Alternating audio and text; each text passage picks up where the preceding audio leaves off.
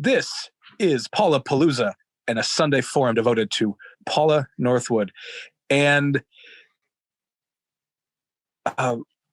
so the format of this is going to be this. For the first 25 minutes or so, I'm going to interview Paula with some hard-hitting questions. This is going to be a real expose of her time at Plymouth Congregational Church in Minneapolis to really find out what's been happening. And then the other 25 minutes are Beth is going to help facilitate your questions for Paula, which will not be hard-hitting and expose. They will be loving and full of gratitude and also curiosity. So that is what we are doing this morning. So I'm just going to begin. Paula, good morning. How are you? That's your first hard-hitting question. I'm great. Of course, it's bittersweet. Yeah? What is bittersweet? Well, I will admit that I'm ready to retire, but it's just really sad to be leaving Plymouth because I love the church and the people so much. So. Well, that goes along with what my first question is, which is, why are you doing this to us?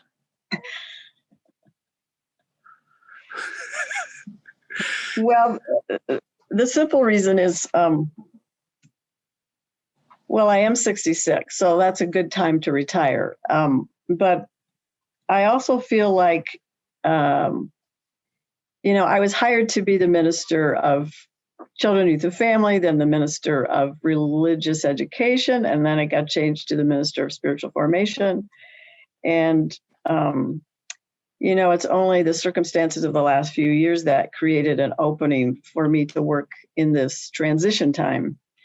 And 3 years is, I think, a long time for a person to be in a transition role. And I think also that I was able to accomplish a lot of things that I was wanting to accomplish in these last 3 years, but I don't think I'm the person to take it into the next chapter. So I think Plymouth needs someone who's younger, and I'm really pleased with who we've called. So I'm happy to sort of pass on the baton. I think it's time.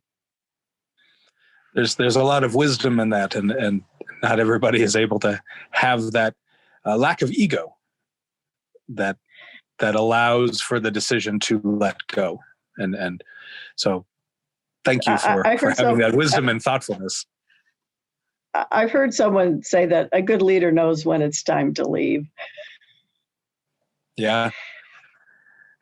Yeah, that is a very apt sentence, especially right now in our world.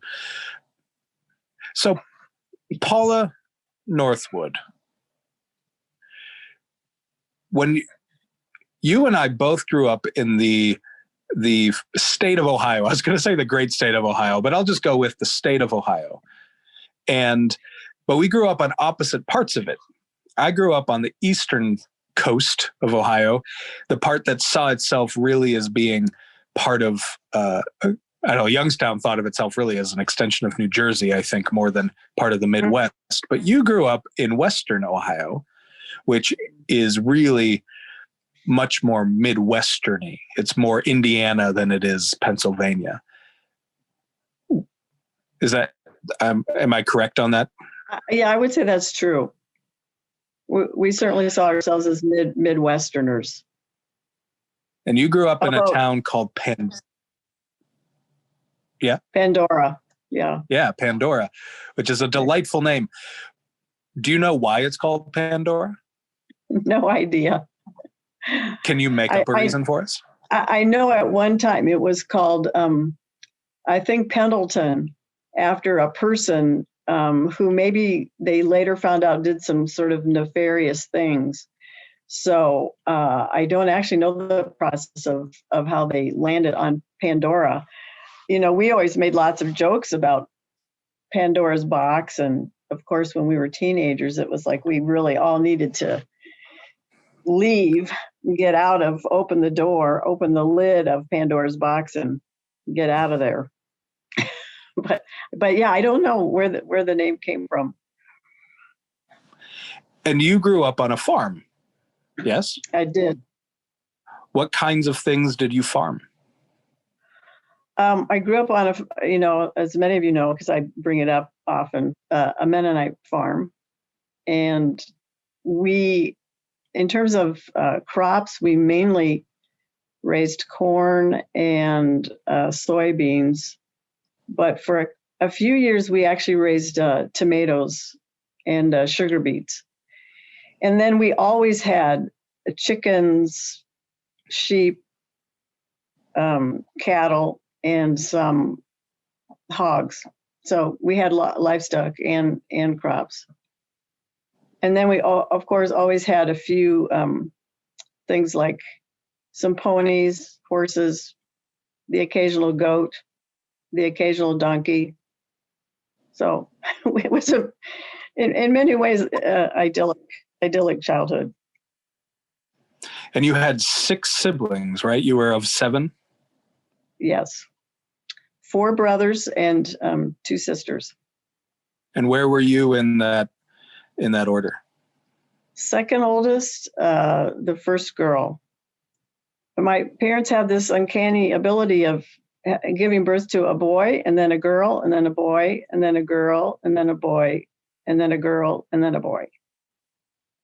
And then Is that part of my brothers and sisters actually, when they were expecting the 7th child, we sat them down and said, "You got to stop this." Did they listen? Kids.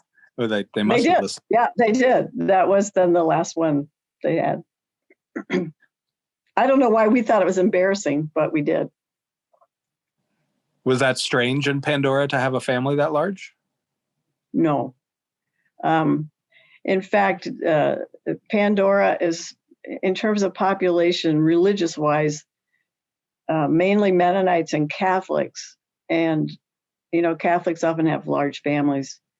And so people would often ask my parents, if we were Catholic because we had so many kids. And I think I've told this joke before, but my dad would always just answer, "No, we're not Catholic, we're careless." And for many, many years, I didn't get what that meant. Well, careless about what, It finally made sense. I was like, oh, yeah, that is kind of funny. You often talk about having grown up Mennonite and that was a large part of your life before you sort of switched teams when you came to Plymouth and became part of the United Church of Christ. I wonder how much we collectively know about Mennonites, and I'm wondering if you could teach us a little bit about them, because we either seemingly know nothing, have heard the name, or think that it's Amish. And you were not Amish. You were the power tools type of Mennonites. So give us just the 2-minute primer on Mennonite and how it has informed you. Well, there are many kinds of Mennonites, and you're right. A lot of people think of Amish and confuse Mennonites with Amish, or very conservative Mennonites. I mean, there are Mennonites who, they may drive cars, but they only drive black cars, or they just have some pretty rigid rules. But I grew up in the most liberal Mennonite denomination, which at the time was called the General Conference Mennonite Church. It's now merged with what we call the old Mennonites, who were more conservative, like the women would wear coverings and wear sort of plain clothes. They now have merged, and it's just called the Mennonite Church of the United States, I think. So I then went to a Mennonite college in Ohio, Bluffton, now called Bluffton University. And then I went to a Mennonite seminary. It was called Associated Mennonite Biblical Seminaries, but now called Anabaptist Mennonite Biblical Seminaries. And Mennonites, the kind of Mennonite I grew up, I would say I didn't know that we were any different than a Methodist. Like we didn't wear any unusual clothes, have any weird rules about what we could drive or not drive. I mean, I think we were just raised as a part of the Anabaptist and Historic Peace Church. So the only thing that would have maybe been different about my childhood would have been that, we were not baptized as infants, but, had to make that decision when we were a teenager and go through catechism and then decide to be baptized if that's what we believed. And then also, Mennonites do not typically join the military, or if they do, they will choose to be a conscientious objector. Or I had an uncle who was I believe, in the Army, and he worked as the military police. Like, that was okay, but to actually fight was thought not to be the way of following Jesus. That's probably the only unusual thing in terms And of how my has growing up. How has that tradition, especially that rooting in Peace Church, as I like that phrasing, how has that informed your ministry? Well, I'd say that's the piece of my theology that I have kept. I really do believe that pacifism is central to the teachings of Jesus. And I don't think I maybe pushed that very much here at Plymouth. It's certainly a part of my own personal life. And I think we really are not to harm others. And so I've tried to really work. I mean, that's partly why I always had nonviolent communication as a part of our curriculum for adults, and have really pushed that over the years, because those teachings are very much in line with pacifism and what Mennonites would believe. You have often, at least behind the scenes, made comments. We're going to take a different direction out of Mennonitism, because that's a phrase, and we're gonna go into your ears. You have often, behind the scenes, said something about having very small ears. How has that hindered your ministry? How has that slowed you down, having such tiny, tiny ears? I'm surprised you've noticed that I have kind of little ears. I have never noticed. You just say it all the time. Yeah. Well, it's funny. I got them from my mother's dad. He had tiny ears too. And I don't know if that keeps me from hearing things or not. But I didn't realize I said that much, that I have tiny ears. You've said it enough. So. You've said it enough over my years working with you that I've always found it curious. I hope it hasn't hindered my ministry to have tiny ears. You could have kept going till 85 had it not been for those tiny, tiny ears. Tiny ears, yeah. Oh. Another thing that I have noticed, and this is really, I think, only me, and I maybe even am strange about it, is I love the way you say the word donkey. There's a little bit of that Ohio dialect comes out, and it sounds like donkey. Yes, I know. Love it. And if I had prepared my remarks, I would have really worked on saying donkey instead of donkey. Here's my only explanation for this. English was not the first language of my dad. In fact, my generation were the first kids to start speaking English at home. But we're surrounded by all these elders who, they frankly talked like they came over from the old country, from Switzerland. And I think there's just some words that I don't pronounce correctly because of that influence. It's not incorrect. It's not incorrect. It's just delightful.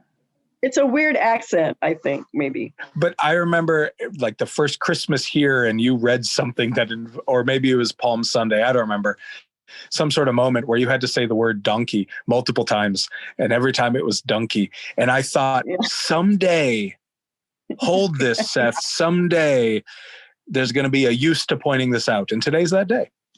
Yeah, well, thank you. Today's that day. Yeah. at Judson Memorial Baptist, where I worked before Plymouth, they really gave me a hard time about the donkey.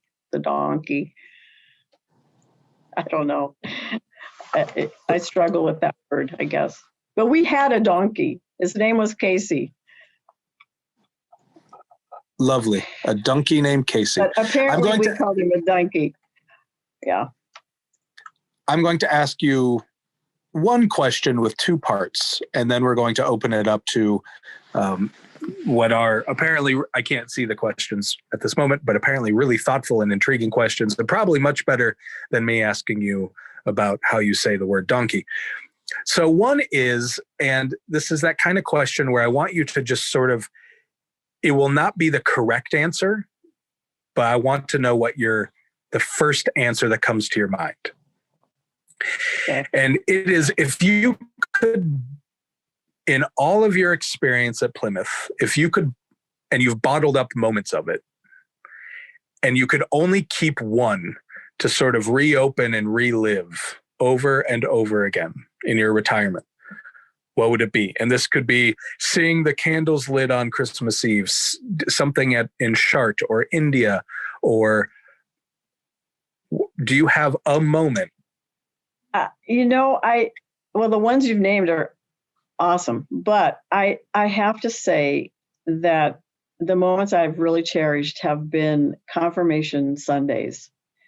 To hear the youth give their statement of where they are at this point in their faith journey, and to just I just relish having had the opportunity to walk with them on their faith journey. And those are really special moments for me that I know I'll go back to and think about. But, I've had so many incredible experiences. And, the lighting of the candles on Christmas Eve. I mean, the first time I saw that, it was just like so magical. And, of course, something that I look forward to every year. And it's, I'm really sad that we could not do it this year. But I know that you all will be able to in the future. Yeah, for those of you who have never had the privilege of sitting up on the chancel on Christmas Eve and watching the lights spread, the candles spread, it is an extraordinary sight. And with Silent Night playing, it is very moving. The other part of this question is, and I don't expect an answer, but I want you to think about it very briefly, and then we'll open this up to questions, which is there, or what is the moment from your time at Plymouth that if you could bottle it up and then destroy that bottle and never remember it again, what would that be? And you don't need to say it. I just want to watch your face as you... You just want to watch my face as I think about it. I would have to say that the only thing that has always sort of broken my heart at Plymouth has been when congregants are mean to each other. And, in my time here, we've had a number of conflicts, which is so normal. It's so normal to have conflict in a church because we're all people coming with different experiences, different expectations. And of course, we're going to have conflict. And, that's why I kept trying to work with nonviolent communication so that when we did have conflict, we would at least speak to each other lovingly and respectfully. And the times when we have not done that, those are the ones if I could put them in a bottle and toss the bottle away, I would. Yeah. I hope that we listen to those sage words as we continue forth. All right, Beth Hoffman, Faith, help the people ask Paula some questions. Good morning, everyone. What a delightful way. Paula, we have 128 people on this call. So oh, wow. That is a tribute to you and how people want to be able to see you and hear from you as you get ready to leave this place. So I'm just going to dive in. We've got some really thoughtful questions. The first one comes from Chris Lance, and he's curious to know what led you into ministry. It's, I would say I was kind of a church geek. My parents took me to church 3 times a week. And I really experienced the love of God in this little tiny Mennonite church. And I often was asked to do things like be a narrator at the Christmas play, or, be on a panelist that included one youth person to talk about stuff. But I never saw a woman in leadership. So I did not think that ministry was for me. So I actually trained to be an art teacher. And when I couldn't find a job, I thought, well, I really am interested in theology, religion. So I'll just go to seminary for a year just to keep, doing something while I was looking for a teaching job. And I just, I fell in love with biblical studies and languages, taking Greek and Hebrew. Both of those I just thoroughly loved. And long story short, before I knew it, I felt like I had found the right place for me. And in the Mennonite church, they place a lot of emphasis on the community calling you. They are a little suspicious of individual call to ministry. So that has to really be tested. You might feel like you had a call from God, but if the community doesn't agree, then they question it. So I felt during that time the community really worked with me and felt that I had like the gifts and what it took to be a minister. And so I guess maybe that's a little unusual way to go about finding a call, but that's how I guess I would say I grew into it. Indeed, you did. Thank you. Tom asks, I often say that I've been better at being retired than any other job I had. Are you going to be better at being retired than any job you have ever had? Well, we'll find out. I don't really know the answer to that. I know that I like to be busy, so I don't know that I'll be that great at retirement. I think in fact, I mean, maybe I should be more clear. I'm retiring from Plymouth. I'm not retiring from work. I financially, I have to work.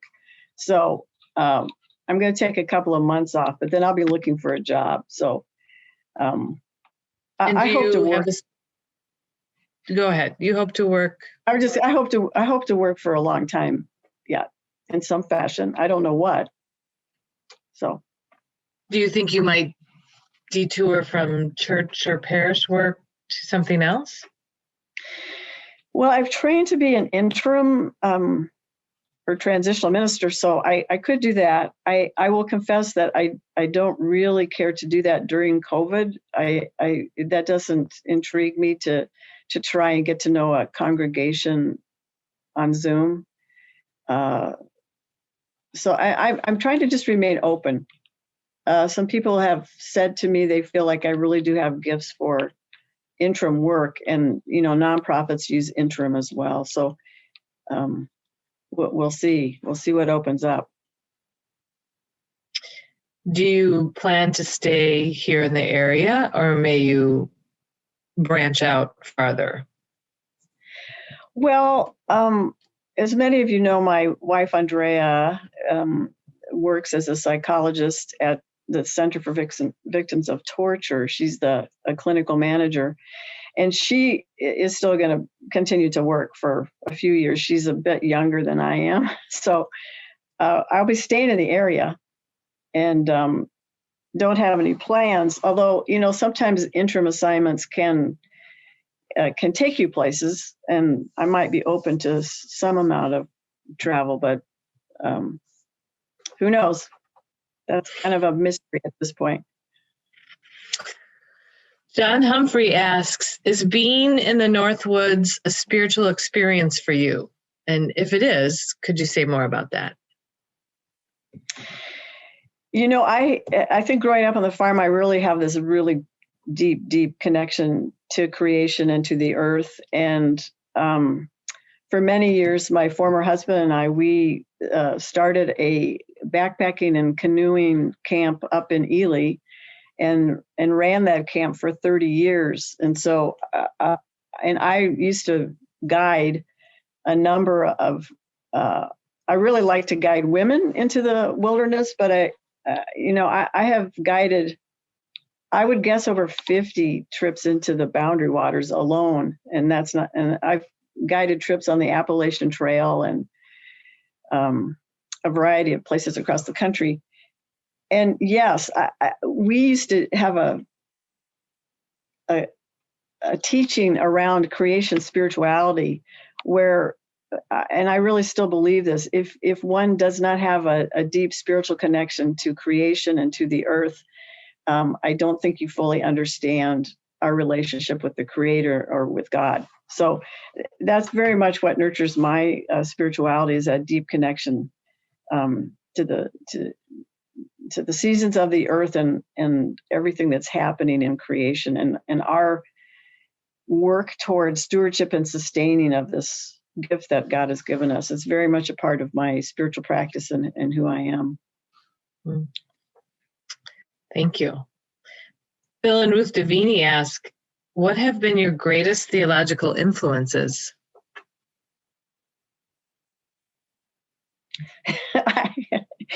I think you all maybe have to answer that question. I know what I have tried to work at, and I think the main thing I really have tried to help Plymouth people know is that connection of divine which is within us. It's not something up in the sky or outside of us, but that, God is within us, and that we can tap into that incredible resource. So I hope that that's something that I've at least gotten Plymouth people to think about. The other piece that I've sort of always been pushing under, maybe behind the scenes, is to ground our social justice work in contemplation and meditation. Some people call that contemplative action. And I guess I really believe that, we can do lots of good work in the world, but it has a different focus or shift if you're grounding it in a deeper spiritual connection and spending time in meditation and contemplation. I think that kind of spirituality has helped us start to look at not just helping people, but to get at those deeper systemic injustices. So those are two things that I hope I have carried to Plymouth folks, and that they've at least seen glimpses of it. Do you have certain theologians who have had an impact on you?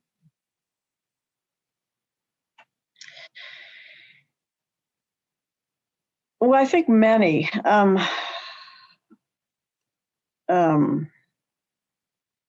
Yeah, it's hard for me to actually name them all. I mean, to be honest, I probably am reading more Richard Rohr right now than anybody, because that's really connecting kind of to my spiritual life.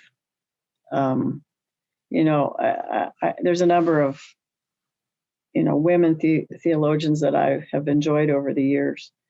Sally McFaig, and I don't know if I'm saying her last name right, but Phyllis Tribble, people like that. Strong women theologians. Strong women. Peg Burke is wondering how you and Andrea met.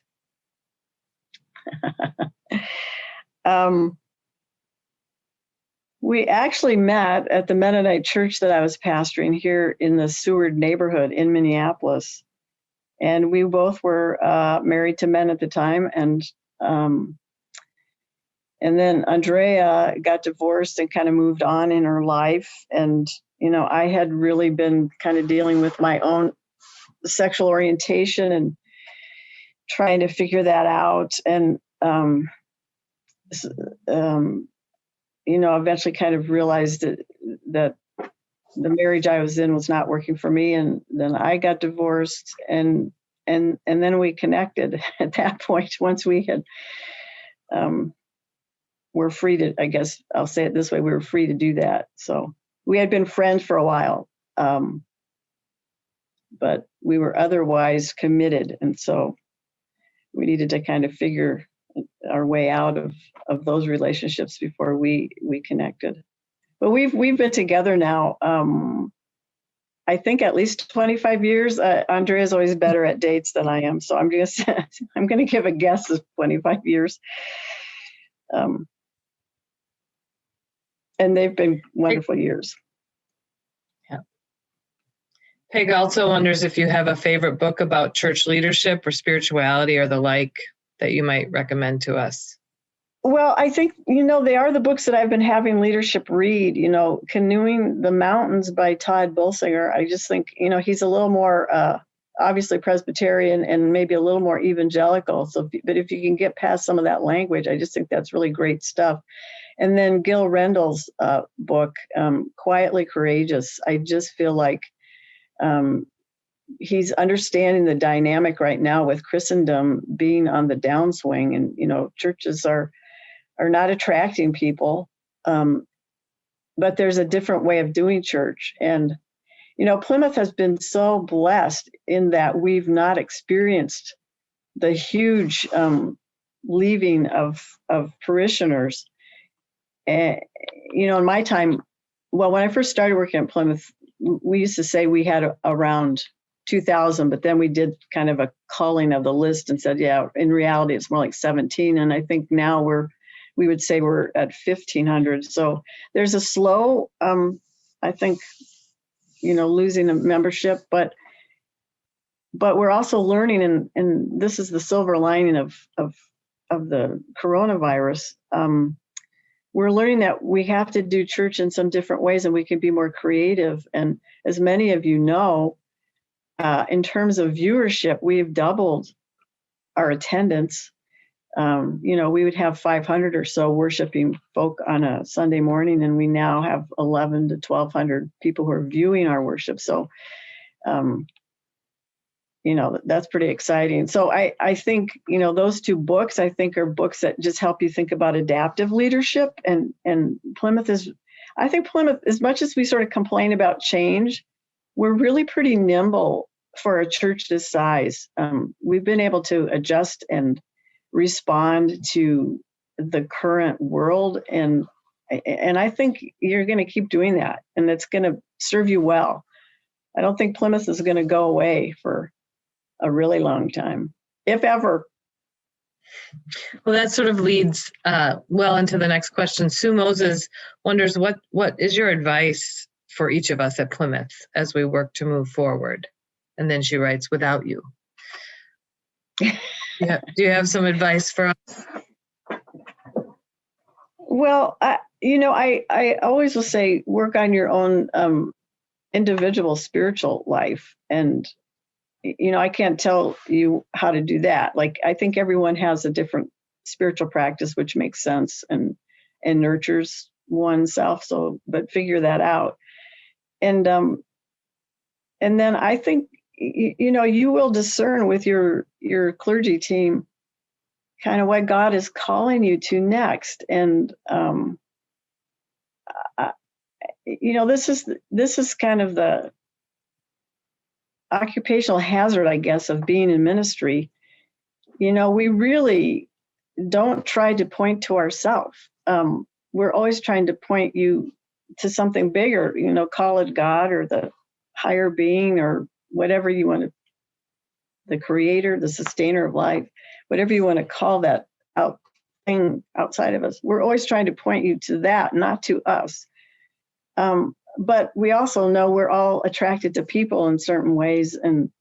And we clergy are, we're at your bedside sometimes, during the loss of children and parents and really challenging times. We're there to walk with you through divorces and the birth and baptism of babies. Like, we are there at really significant points in your life. And so we know we develop these very intimate and intense relationships. And yet, we know that we're going to leave at some point. And so it is challenging. And so I guess I would just say, keep working on your own spirituality so that your sense of your faith in God is really strong within you. And I have every confidence that you have one of the best clergy teams now as ever. And you're going to do great things as a church. I'm confident of that. Karen asks, when you first came to Plymouth, was there anything that baffled you about the building, the worship services, the people, anything? Everything? Yes. No, the thing that baffled me the most was your worship at the time. You just mainly had what we now call the second service, or the second service.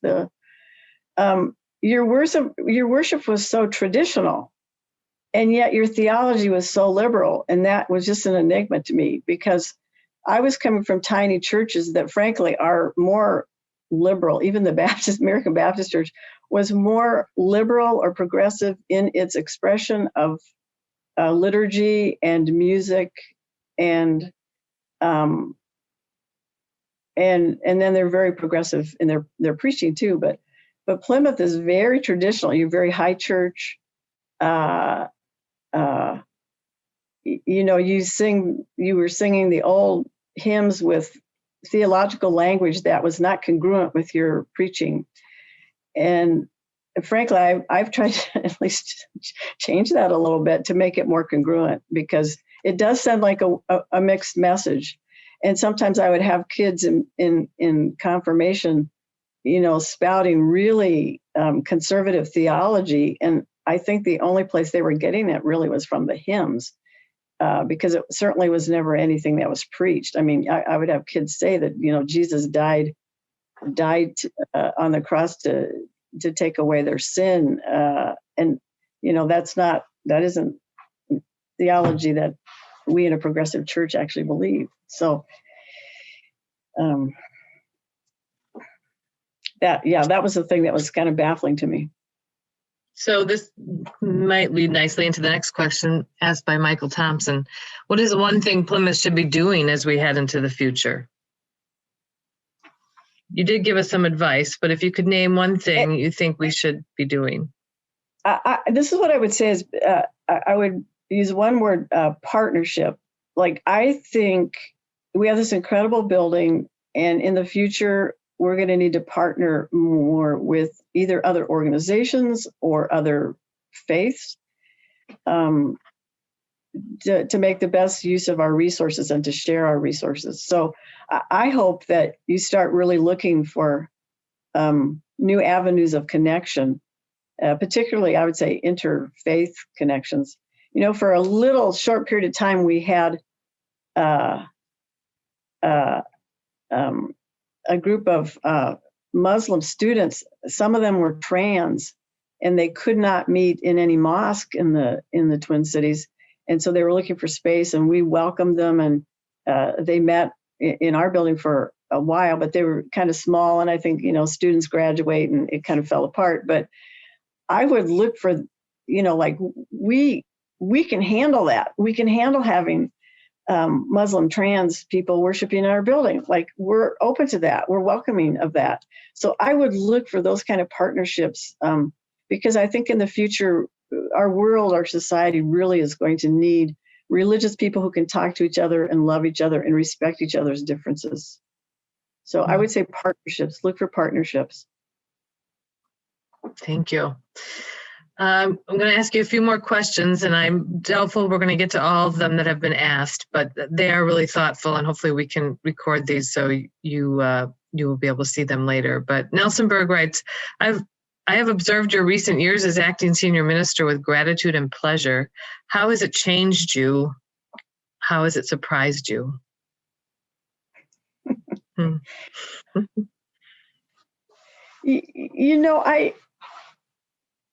Well, how's it changed me? I'll answer that. I think it has made me more confident in my skills and abilities. But I will say I think I was able to do what I could do in the last 3 years because I really committed to a very deep contemplative spiritual practice. Like I mean, every morning I really try to spend time in prayer and meditation, and I think I was a little bit more lackadaisical about it until I took the acting senior minister position. I think initially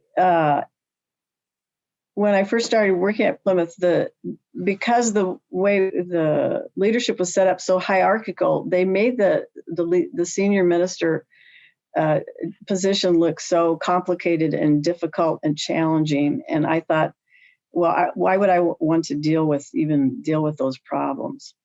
And I wasn't sure I had the ability to even do it. So it was kind of with fear and trepidation that I offered to step in and just be the interim person, the transitional person until the church could really take the time and do the job well to hire the next person who will lead Plymouth into this next chapter. And what I found was that I just bring myself to it. I'm not perfect and I don't always do things correctly and I might not understand some things. I don't know. But I just brought myself to it and tried to do the best job that I could do. And I think it's gone okay, even through some pretty challenging times. I also will admit that I do have pretty thick skin. I try not to take anything personally. I often joke about this, but I'll say I don't care if people like me or not. And my wife disagrees with that a little bit, but I think I do feel like I just want to feel good about what I'm doing and not worry about what other people think. Well, I would say that's that you've had to kind of operate in that mode, particularly in these last 3 years, because we have moved through some very choppy waters together, and you have been steadfast and encouraging, even when your colleagues and staff were struggling, and that's certainly a tribute to you.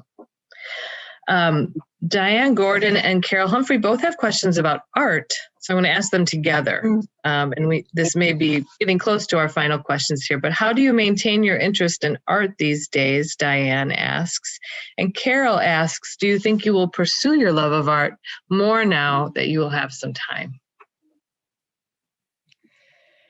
Good questions. I think if anything, I've just become more of a lover of the arts. Because we have this great gallery in the church and just wonderful artists in the church, I've become a great appreciator of art. And Andrea and I have probably purchased more art in the last 5 or 6 years than in my entire life put together. I haven't really been doing much art, but I do hope, I was trained as a potter and I really moved away from that because you just need so much space and equipment and time, and I just didn't have it anymore. I'd love to kind of get back into that, maybe up at the art colony in Grand Marais. And then I also really love doing watercolors, and I hope I get back to that. At least I'll have the time. I'll have the time and no excuse. So we'll see what happens. Okay, a couple rapid fire questions here. Do you have any plans to lead trips in retirement once it's safe to travel again? And do you have any destinations in mind? Carl Jones asking. Well, you really only can lead a trip through some kind of organization unless I'm hooked up with some organization. I'm not going to start leading them just on my own. I don't have really interest in that. But I don't know the answer to that. I do, I have loved going, co-leading with MJ McGregor and taking people to see the Chartres Cathedral in France. And, that's really a spiritual pilgrimage. I love that. But, I don't know if we can finagle doing that somehow in the future or not, because I really can't do it through Plymouth in terms of just my ministerial boundaries and and needing to kind of abide by that. So I don't know. I mean, Andrea and I love to travel, and we have lots of things on our bucket list, but who knows? We've also said if we never get to travel again, we have had such wonderful experiences traveling and could spend a long time just kind of reminiscing and relishing those memories.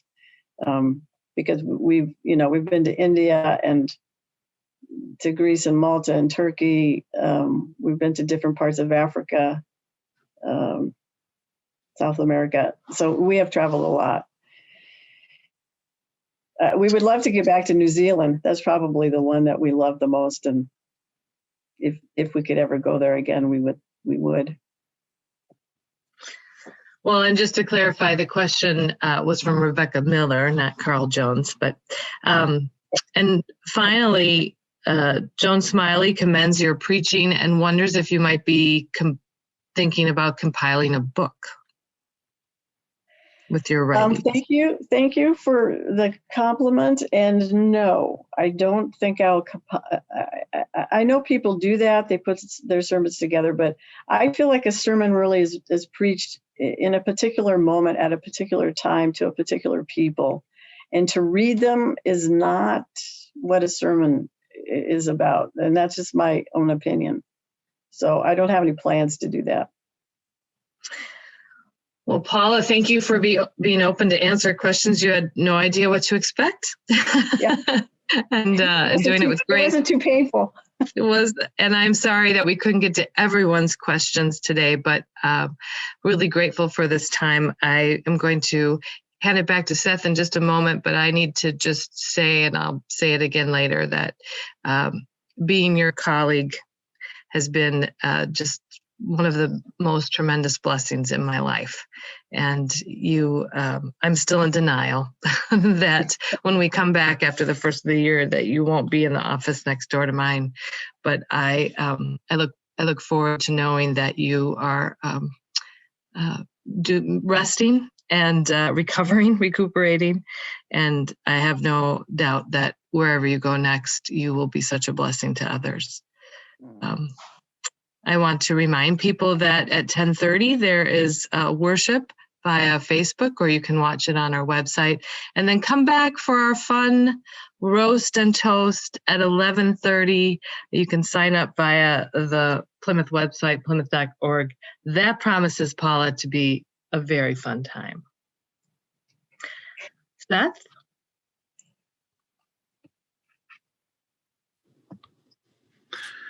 Thank you, everyone, for being here. Had I known so many people would show up and have better questions than I did, I wouldn't have asked a single one, and everybody could have then had a chance to ask Paula. But your generosity of time was wonderful. So thank you.